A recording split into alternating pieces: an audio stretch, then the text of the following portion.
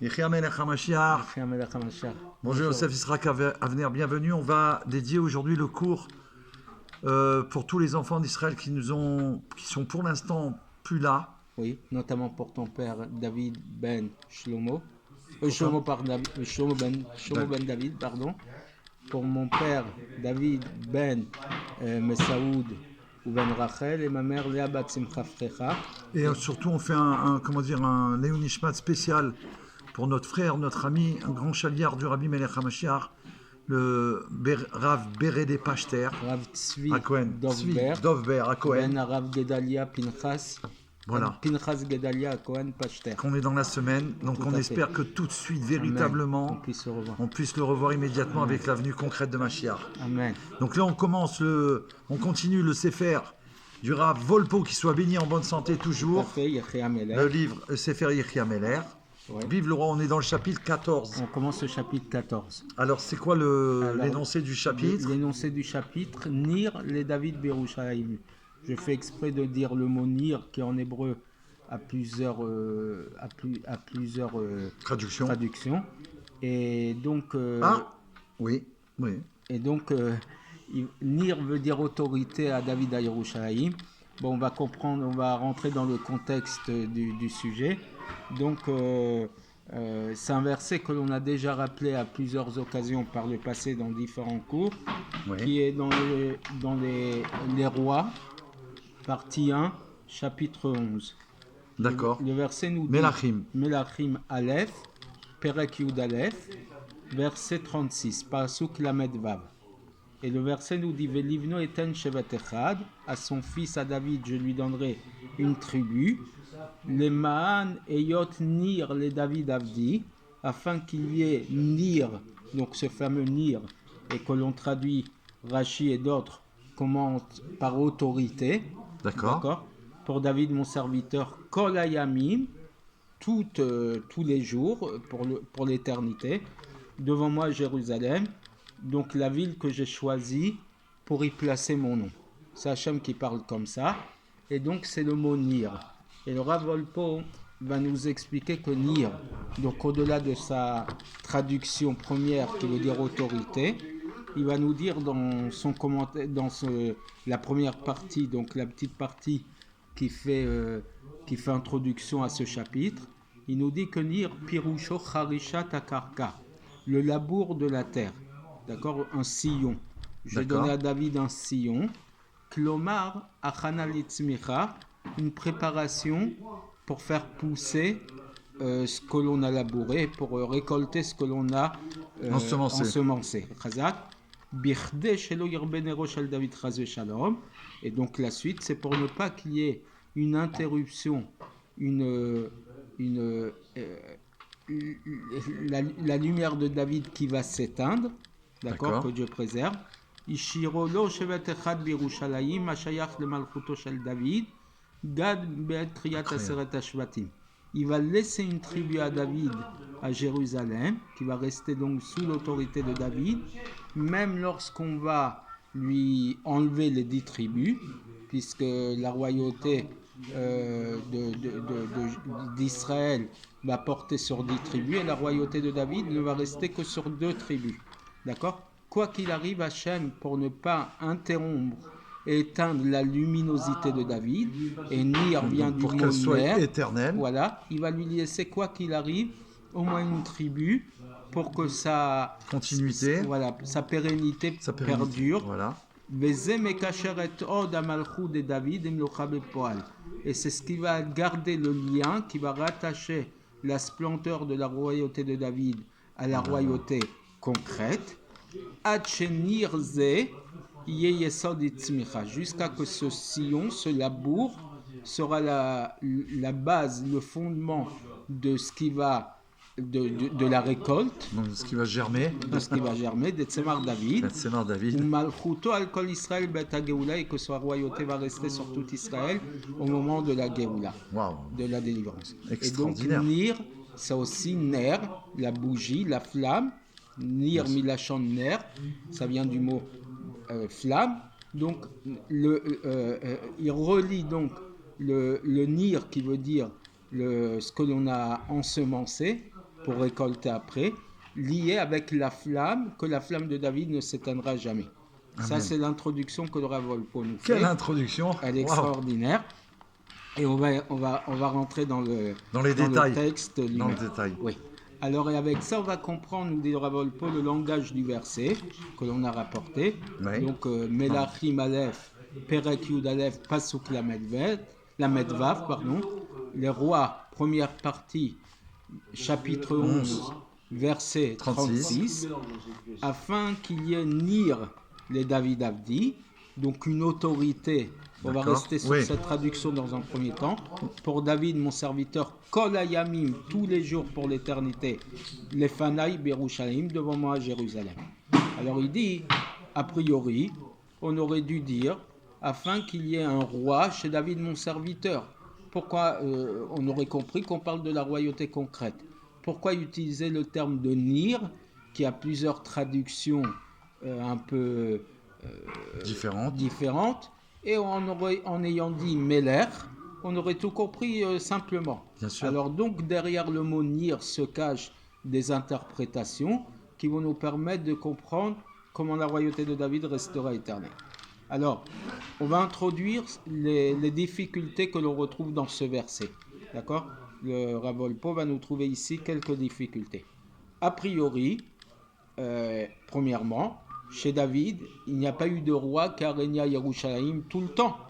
Non. Puisque au moment de l'interruption de la destruction du temple, la royauté de David à Jérusalem s'est interrompue.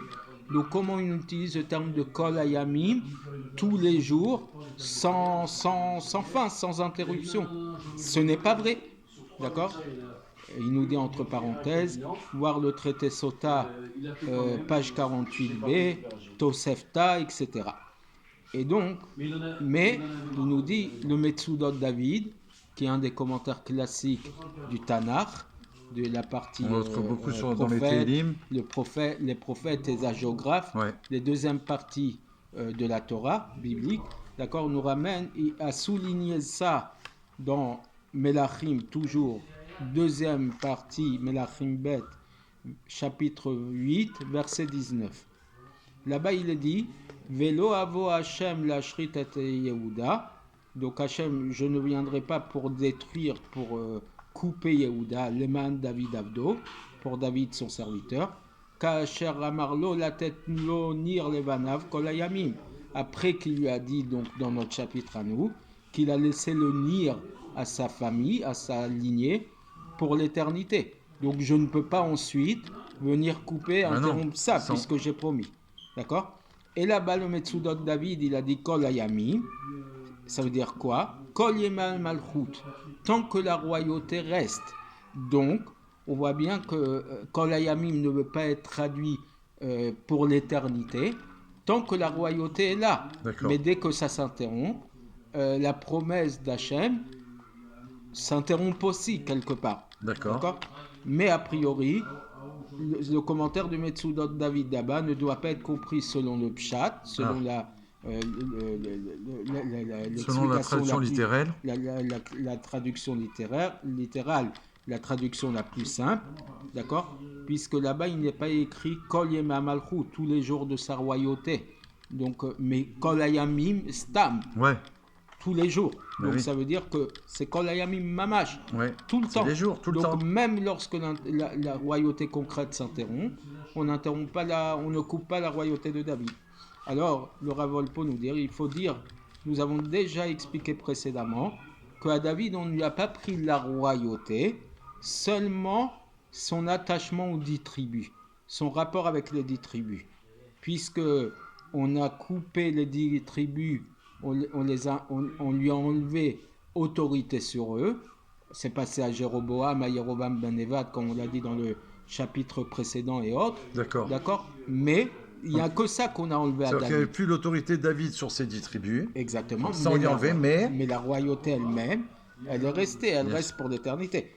Et même qu'en lui enlevant ces 10 tribus, ça n'a rien enlevé de sa romémout à Atzmit, de sa hauteur profonde, essentielle, qui ça n'appartient qu'à David, d'accord, comme on a expliqué avant. Mais lorsque son rapport avec ces 10 tribus s'est arrêté, automatiquement, d'accord, la royauté de David, dans notre roi des autres tribus d'Israël, peut s'apposer sur ces 10 tribus.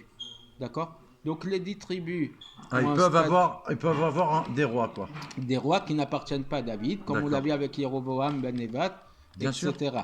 Mais la royauté elle-même restera toujours pour David.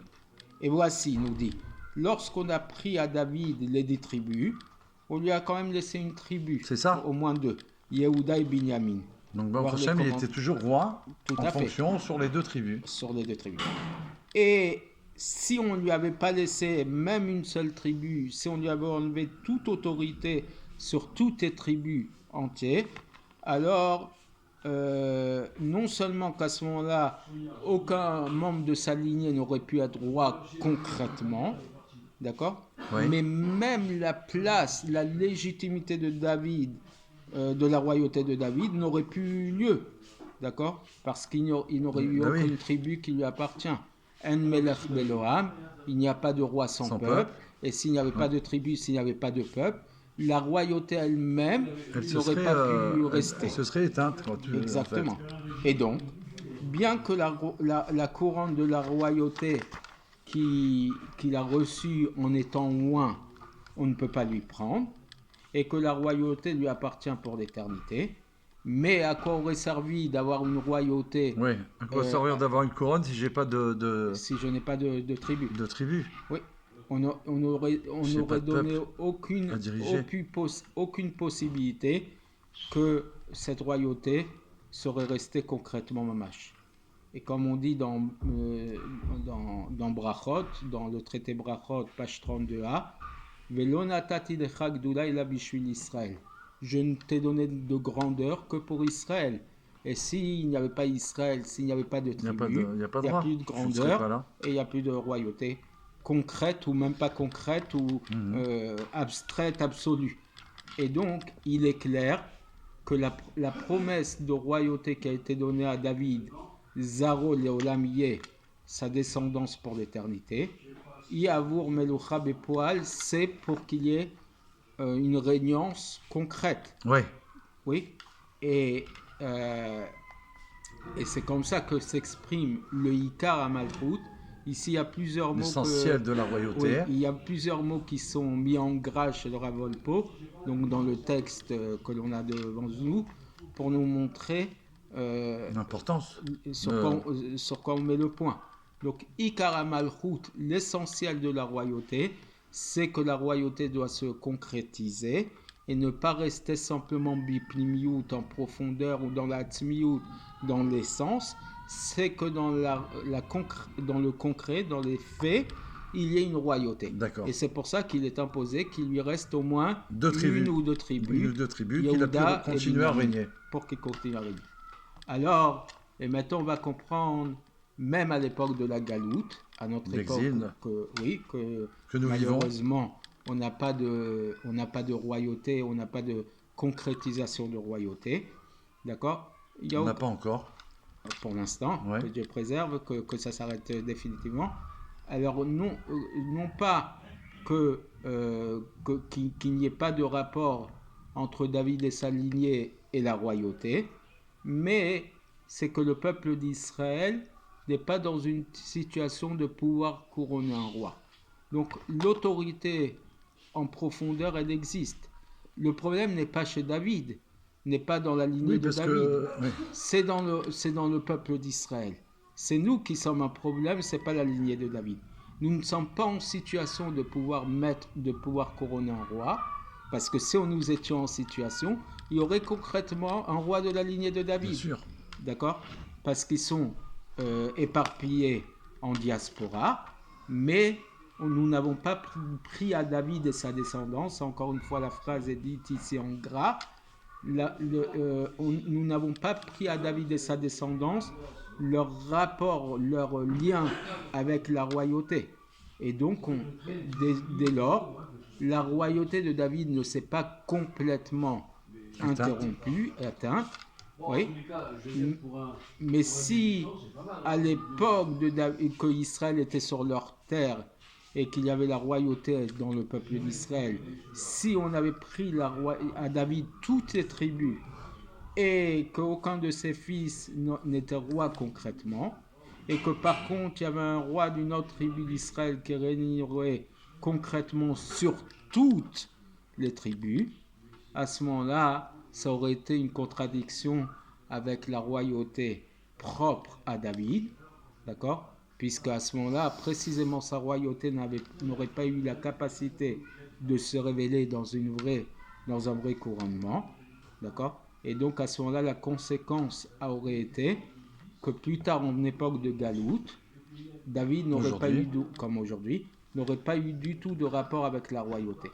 Parce qu'il n'aurait eu aucun rapport, lien de royauté avec une partie des tribus du peuple. Et c'est pour ça qu'on a entendu qu'il n'aurait pas pu exercer sa fonction. Non seulement pas pu exercer, mais s'il n'avait pas pu exercer sa fonction, ça voudrait dire qu'il n'aurait pu garder aucun lien avec la royauté. Et ça aurait voulu dire qu'on aurait enlevé à David la royauté profonde. Donc finalement... qui est en fait impossible, puisque c'est une promesse. C'est ce qu'il a dit avant. Oui, c'est justement il y a une promesse de Dieu. Voilà. On va le dire en d'autres mots pour essayer de comprendre un peu mieux les choses. Puisque on a complètement compris à travers tous les cours qu'on a fait que la royauté, profondément, Etzem HaMalchut, l'essence même de la royauté appartient à David.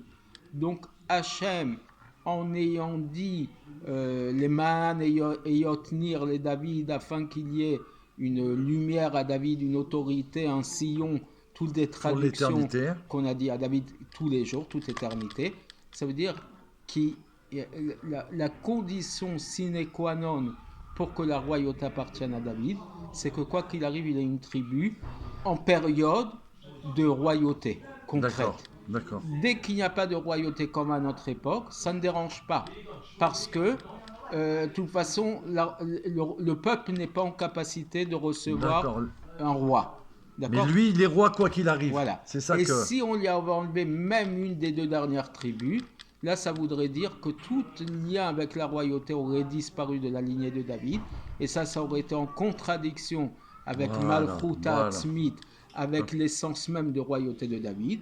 Et c'est pour ça que, quoi qu'il arrive, Hachem lui a laissé au moins une tribu, deux tribus, Yehuda et Binyamin, pour que l'idée de règne de la lignée de David reste pour l'éternité. Magnifique, donc, là, ça a été très clair, donc c'était important. Oui, et c'est pour ça que le prophète a laissé à David une tribu sur laquelle régnait concrètement à Yerushalayim, comme on l'a dit avant dans les cours précédents. Jérusalem, Yerushalayim, c'est essentiel pour la royauté de David, puisque c'est là que Hachem a décidé de placer son nom, comme dit dans le verset qu'on a rappelé, d'accord, pour qu'il y ait un lien entre Od HaMalchut, la splendeur de la royauté, avec la royauté concrète. Et grâce à ça, même en période d'exil, on n'a pas besoin de dire que la royauté la couronne de la royauté, elle n'a pas été retirée à David et sa descendance. Même la possibilité, encore une fois en gras, de royauté concrète, elle lui a pas été retirée complètement. Même en période de Galout, la royauté de David existe d'une manière différente, on va l'expliquer, d'accord ? Et parce que, avec ta permission David, je me rappelle, j'avais raconté ça une fois dans un des cours qu'on a mis en ligne. J'avais un ami, et je rappelle ça assez souvent parce que c'est très fort. J'avais un ami, pour ne pas le citer, il s'appelle Aaron Levy, qui était Bachour, étudiant à la Yeshiva avec moi à Tzfat. Je crois qu'aujourd'hui il doit être Shaliach ou Rav dans un endroit en Israël. Et juste après le premier Gimel Tammuz en 94, donc une période où on était tous dans le brouillard, j'étais à la Yeshiva. Et le premier vendredi après Gimel Tammuz, il a été faire Miftsaïm comme toutes les semaines, mettre tefillin aux gens. D'accord ? Et tous les jours, et à chaque fois, il avait l'habitude de dire Yechi. Ce vendredi-là, il ne savait pas, il était perdu dans ses... Il nous l'a raconté après. Et il savait pas... Est-ce que je continue à dire Yechi ou... il savait pas il était perturbé, Et là, il y a un de ces mouvtsaïm, des gens à qui il met le tefillin. Ouais, qu'il avait l'habitude de mettre. Ouais, Donc... il lui dit, mais la phrase là, tu ne me l'as dit pas. Tu ne l'as pas dit, oui. Oui, alors il lui dit, mais tu as entendu parler que le rabbi, voilà, c'est voilé. On ne voit pas. Alors l'autre lui a dit, alors si c'est pas vrai aujourd'hui, c'est que ça n'a jamais été vrai. Extraordinaire. C'était ton ami Je connais cette histoire. Oui, c'est moi qui t'avais raconté. Ah, c'est ça. Et il dit quoi? Si quelqu'un de pas du tout religieux, il me dit ça, ça veut dire que, donc ça rejoint ça. Exactement. C'est que même en période de galoute, on ne peut pas dire que la royauté, même si elle n'est pas concrète, a complètement disparu. Parce que sinon, même du côté de Meloucha Bepoal, royauté concrète, il y a au moins un rapport avec une tribu et avec la ville de Yerushalayim que Hachem a choisi de faire résider son nom là-bas. Et profondément, on peut dire qu'ils sont Baalei Batim, qui sont propriétaires de cette tribu et de Yerushalayim, la lignée de David. C'est extraordinaire ça. Oui. Et je me rappelle que le rabbi avait demandé à l'époque, après que Yerushalayim avait été repris aux différents peuples à qui ils appartenaient avant, dans les années 60, on a récupéré notre ville. Oui, il y a 56 ans. Ben, le rabbi avait demandé qu'il y ait un Shikun Chabad, qu'il y ait un quartier Chabad à Yerushalayim. Exact. Mais c'est donc, en tant que roi de David, il demande qu'on devienne des Baalei Batim, qu'on ait des maisons nous appartenant à Yerushalayim, pour que sa royauté se concrétise quelque part. Alors ok, c'est pas le Beth Amikdash, il n'y a pas tout ce qu'on veut pour l'instant, mais ça veut dire qu'on est Baalei Bayit d'une certaine manière sur Yerushalayim. Il y a le Kollel Chabad, il y a le Shul Tzemar Tzedek. Tout à fait. Donc c'est oui. Aujourd'hui, concrètement, voilà. Le roi, il est là. Oui. Extraordinaire. Et c'est ça l'explication du verset. Quelle merveille. Oui. Velivno eten shevet echad, à son fils, sa lignée, je donnerai une tribu.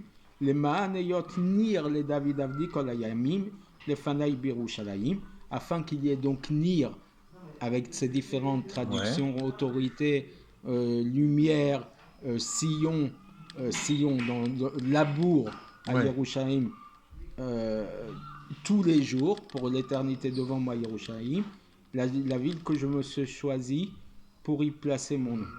Alors le mot nir veut dire charishat akarka, labourer le sol, labourer la terre. Ou alors une terre qui est déjà labourée et prête à être ensemencée.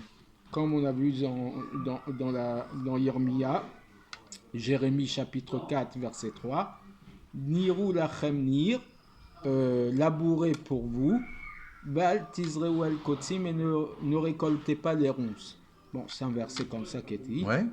Et il est dit aussi dans Pirkei Avot, une Mishnah qu'on connaît, les maximes des pères.